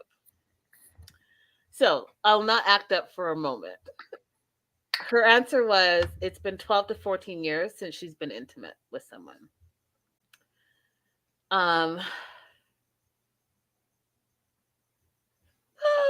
You guys are savage. Savage. Okay, so she says it's been 12 to 14 years since she's been intimate. And then I just had like, is it terrible for me to say this, April? I just had like a flash of her definitely being like from that boomer generation. Is it terrible for me to say that? No. Because she says, not because, hey, like I was healing, I came through like some terrible relationships. I believe in like being monogamous and exclusive and all the things. Instead of saying any of that, she said, it's because being intimate is a special gift. It's a special gift that You give and have with someone. I was like, no, she didn't. I don't know. I don't know where I'm getting this from. I can't remember. I just know that somewhere in my journey in life, I've heard people say like stuff like that. And yeah, it comes straight out of abstinence education substituted for sex education. And is it like, I don't, because that's definitely not what they teach in Canada, but I do remember hearing something somewhere along my journeys where, what is it, like your maiden voyage? Am I making that up? Yeah, that's your virginity. Right. So that's what that, and the special gift, and you're given the gift. Listen. I'm going to tell you something, y'all. You believe whatever you want to believe and live your life. That's it. That's all I got. Live your life. I mean, she's talking like she's re-virgined herself. But I will throw it out there. I mean, some Vanessa says like some boomers were hippies that believed in Christ. Some of them were, and then some of them were very strict Christian fundamentalists. The thing is, yeah, what April said, Vanessa. I wanted to say something else. So the other thing I wanted to say, and maybe get your opinion on this as well, April, is that I find it interesting. And I'm really going to try to be like neutral on this. Okay. Because the person that I'm going to mention, but it's interesting that, Debbie and Big Ed are kind of like in that same generation, right? And so Debbie can say, hey, I haven't been intimate or with anyone for 12 to 14 years and we don't say anything. But then Big Ed can say, like, he hasn't been in a relationship in over 10 years. And, like, all the things that people say about Ed. And it's the reason why he hasn't been in a relationship. And he's this and he's that and he's this. And I'm not saying that he's not any of those things. But I just find the difference between a man saying one thing and a woman saying one thing. Ed being dragged for always going for really young women and, really young. And then, Debbie being in her 60s. And if you think about when she met Usama, if he's only 24 now, she met him when he was like 20 or 21. And so yet we're not having that conversation. So I just find it interesting, some of the things that are acceptable versus not acceptable and by whom.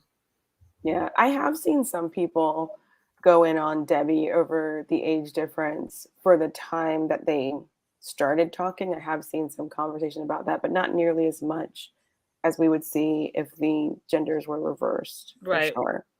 And then the other thing, like it's starting to turn the tide, I think. But women, girls are judged on the most contradictory things. Like you're judged by how many men want you and how many men you sleep with. And these things are a contradiction and it permeates our entire lives. So, but I'm seeing it change with like the younger kids. They're still cautious about who they share their body with, but they're not so rigid about what is a slut. Yeah, I'll just stop right there. I was gonna. I was like, should I respond? No, because I will go off on a tangent, and we still have a lot to get through. I could talk about that forever, especially if we sprinkle in some religion. But so let's go. Ooh, that sounded like a challenge. Okay, so there's a little bit more sex talk, and if you want to know more, just look it up.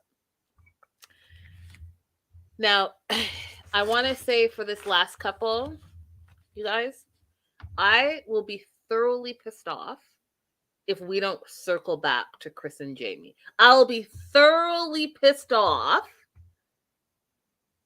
if I spent more than 20 hours watching the nonsense that is coming out of Chris's mouth and her not be challenged for it. I will be pissed.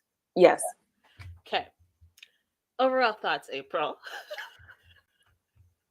It's hard to like parse through exactly what is happening here, but there are two sentences that made me firmly on Jamie's side, and Chris said them both within like 20 seconds of each other.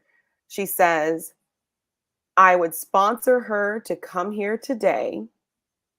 20 seconds later, there is no marriage. Okay. Because of this, I don't believe anything else that you're saying, Chris. There's too much of a contradiction. And being mad about, look, if you decide to marry somebody, you don't get to be mad about them, quote unquote, cheating on you before the marriage anymore. That's done. That's my opinion. You don't get to keep bringing that shit up. Okay, I'm done. No. Listen, I go off all the time. You take your time. You say what you want. We are co-hosting this. So I'm going to say this. I think I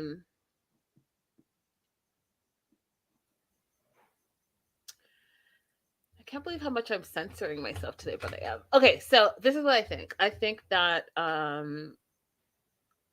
my opinion is coming from my criminology background, and also my love of true crime, and also my love of specifically the first 48. And I can go on and on and on. But I will say this. You know, the stereotype that someone who exhibits crackish behavior can also be a master manipulator, and they know how to get what they want. That's the vibe that I was getting from here. And the fact that, in my opinion, Chris was not held accountable for any of the things that she said or did was allowed to just continue to lie and lie and lie and lie and lie. And I could literally see her turning the cast to her side. The only one person that tried to jump in there was Gabe, and even Gabe stayed silent. And I'm going to tell you all the things that I personally am offended by that were not addressed, that are issues, in my opinion, that never get addressed. And again, this is going to sound harsh, but I mean it. All the foreigners, no one got a pass.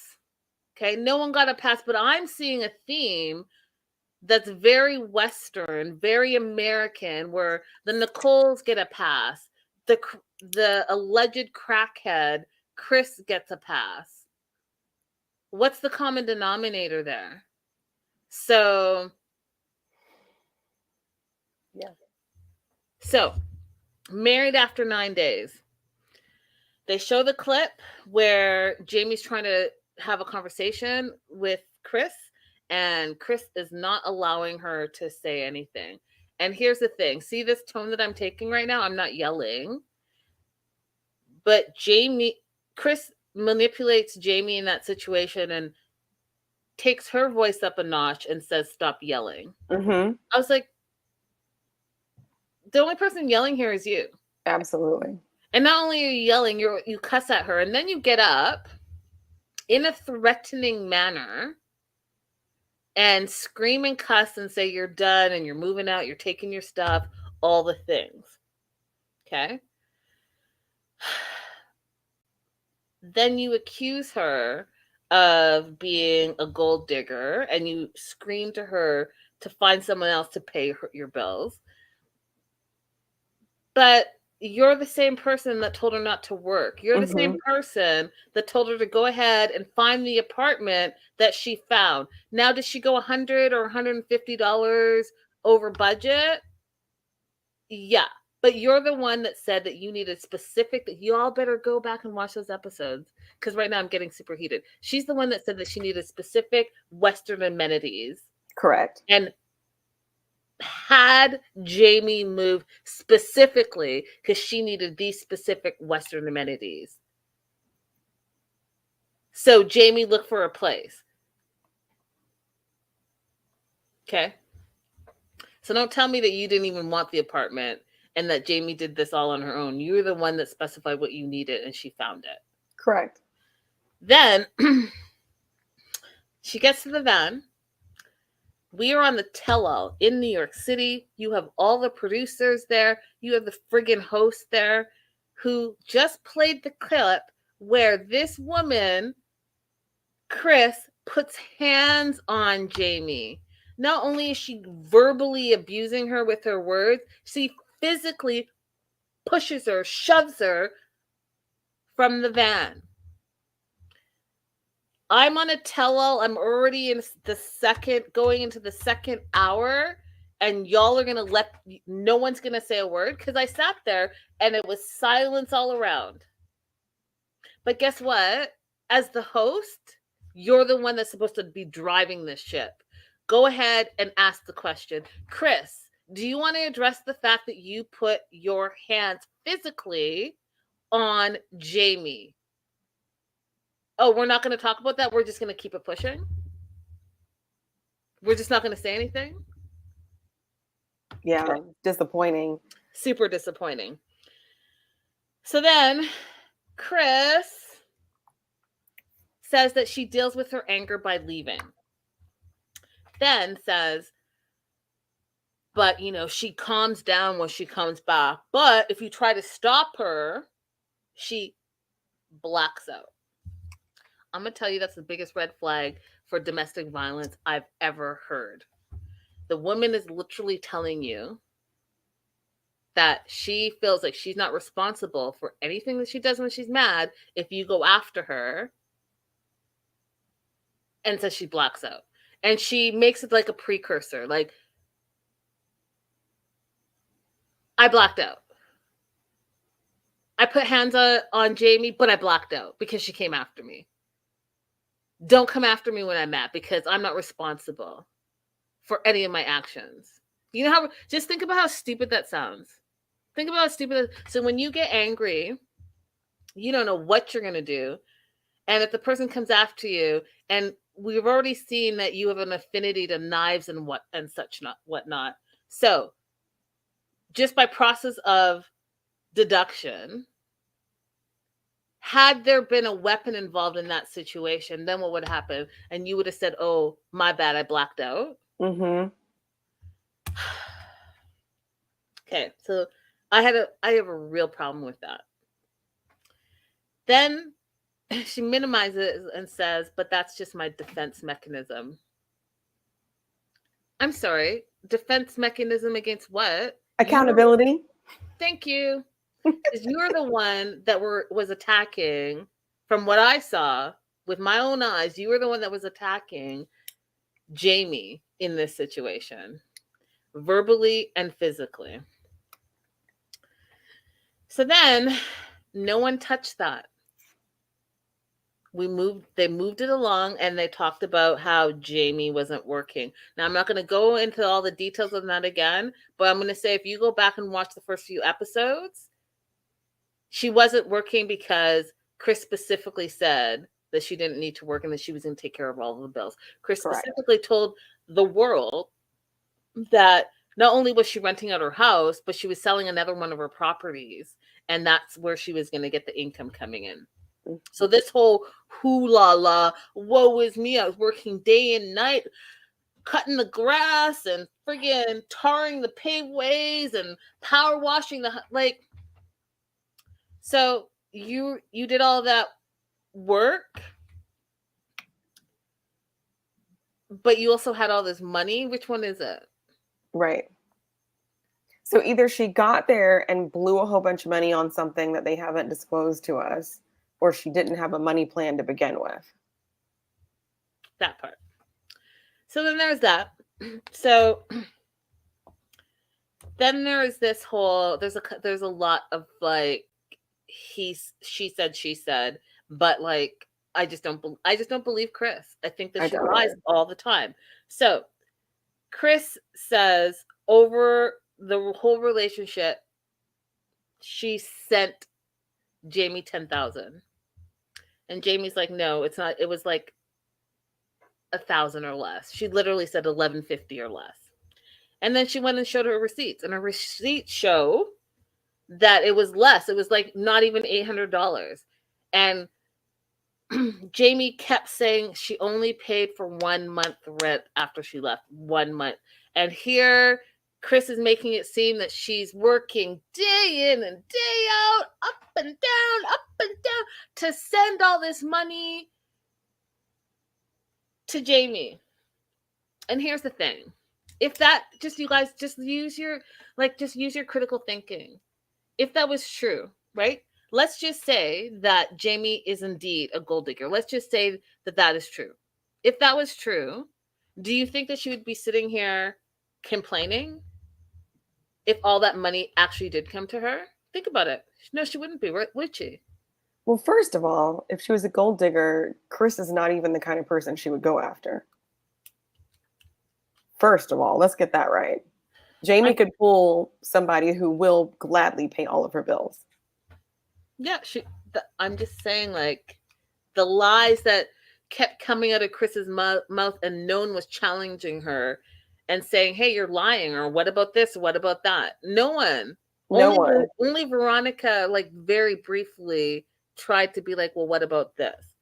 And everything that she complained about is stuff that happened before the wedding. You think she cheated on you? That was before the wedding. You were upset she got an apartment that was either $100 or $150 too much or over budget. That happened before the wedding. You still married her after that. You don't get to complain about these things anymore. Yep. And then she says in this whole 10,000, oh, and that is like with the clothes I bought, and that's like the day-to-day incidentals. Well, that wasn't the question, was it? But I like how you're spinning this situation. Then she goes on, and I see Stevie there saying the same thing, where she's like, oh, and then I had my mom send her money. Why this lie? Exactly. Why this lie? Like, and why? We know it's a lie because we just saw you tell your mom that you were sending money, and your mom didn't say, what about the money that I sent? That part. No. That part.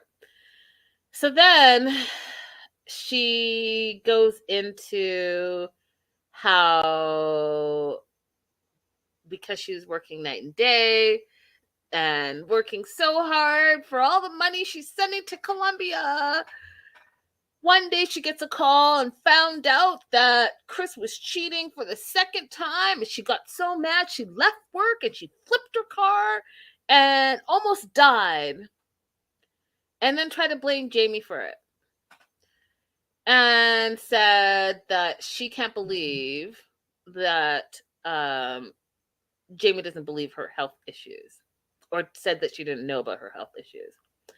Again, missed opportunity. I was like, I know that I did not sit this whole season long for no one to ask her. We even saw Gabe in one of the clips be like, oh, I can't stand her, and it's my neck, my back, my neck, my back.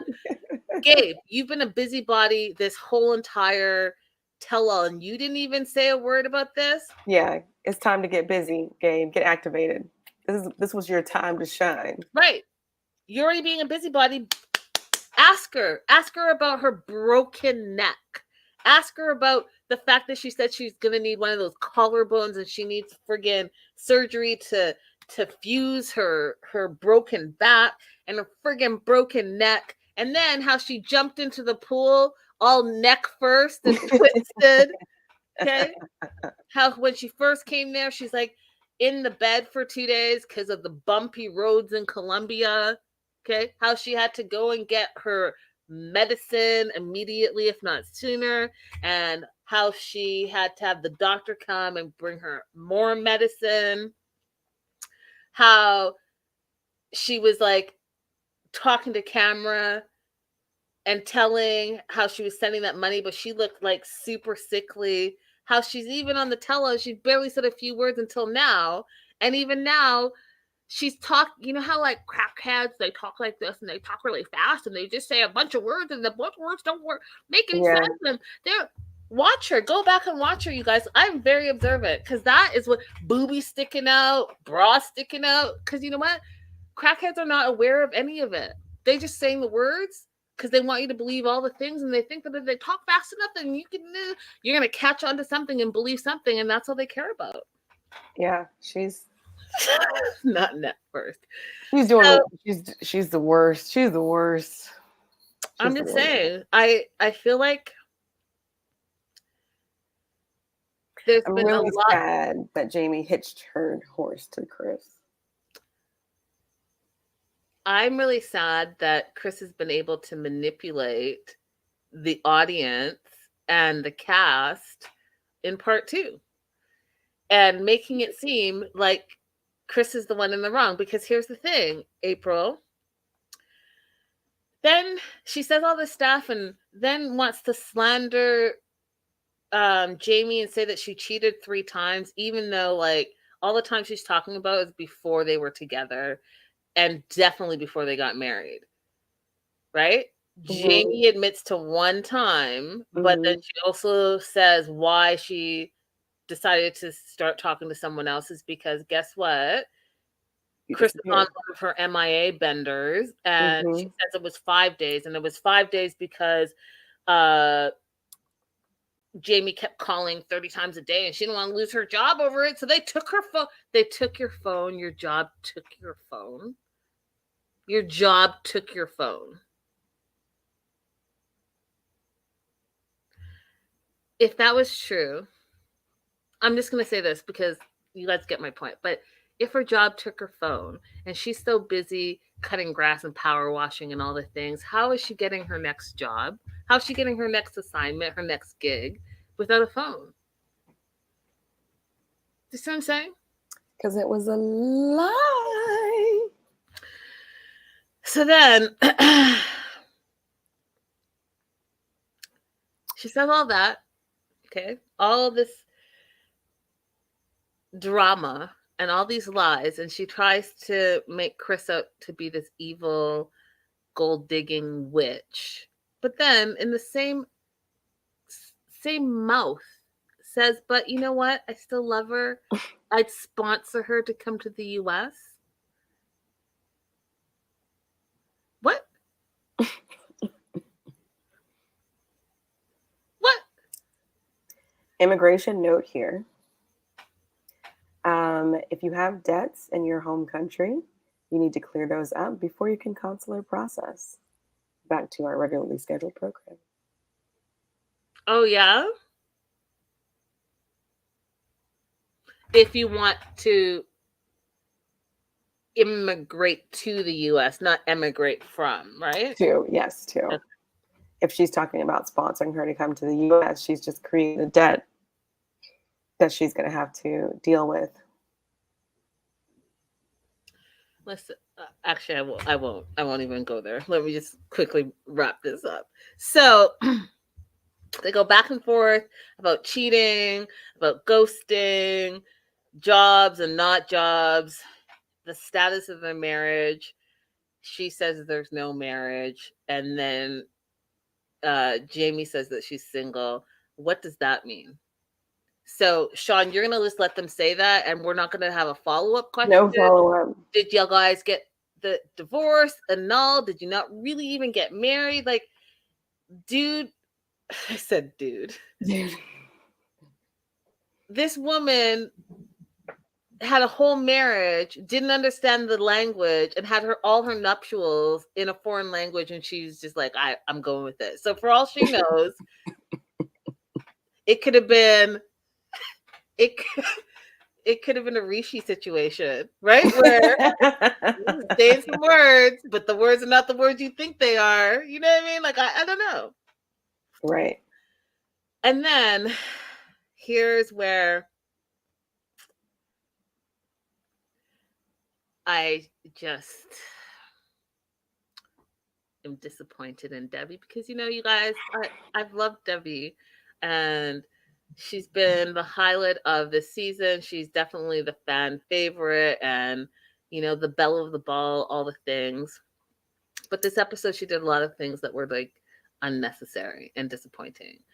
Up to and including, how she mocked the way Rishi spoke with his Hindi accent. I just got a tinge of her southern hospitality. I'll say that. So then, that being said, again, because all of a sudden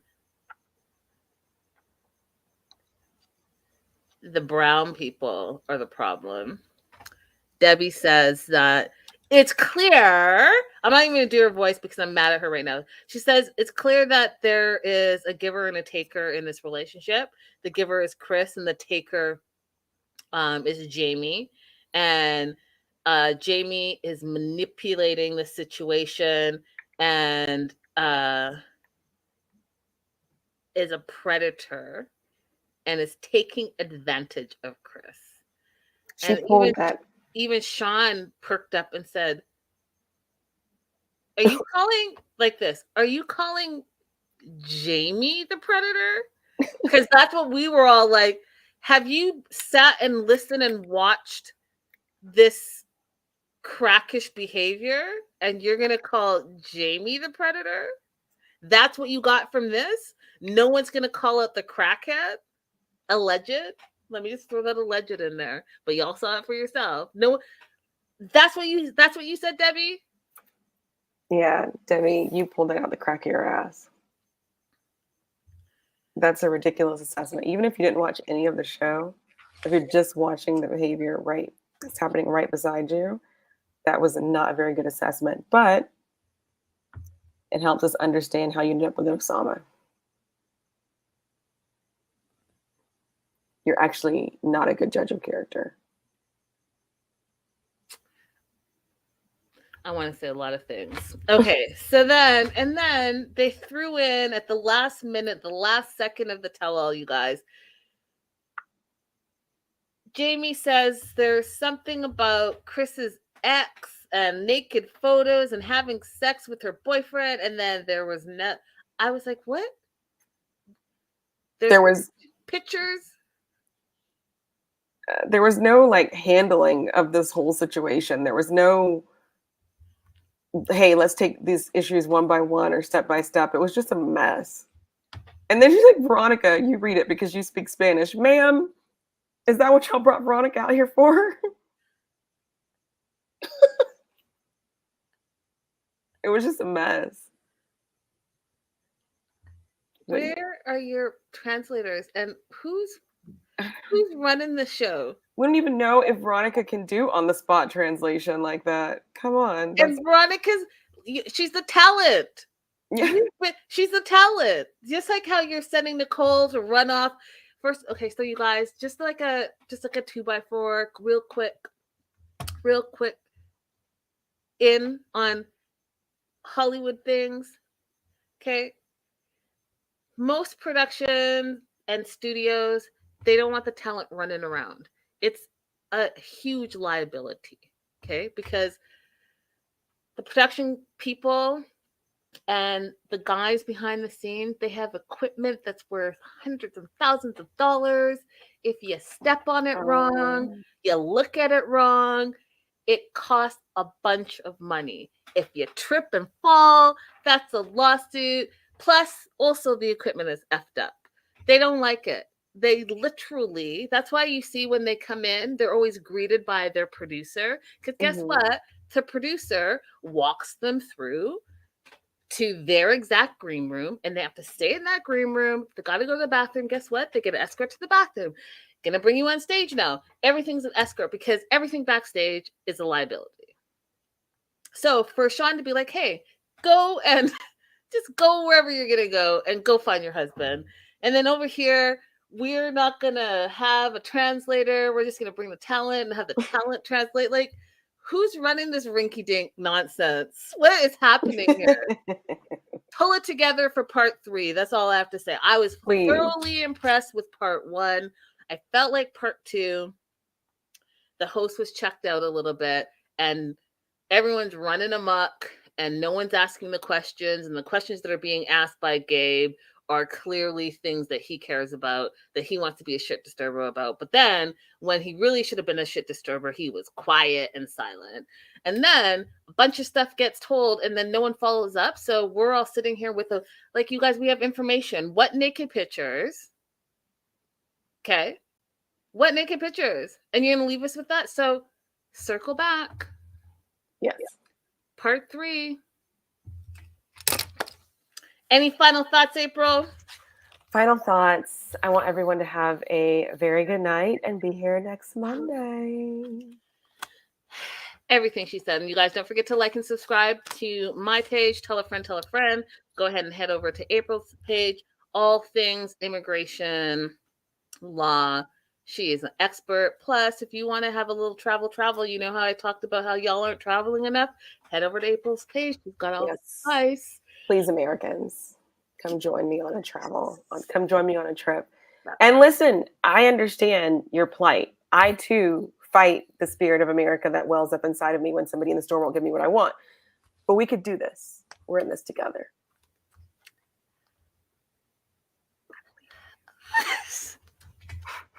I will leave that alone. I was about to say a whole bunch of stuff, but I'm like, I'm not about to put April's business out there.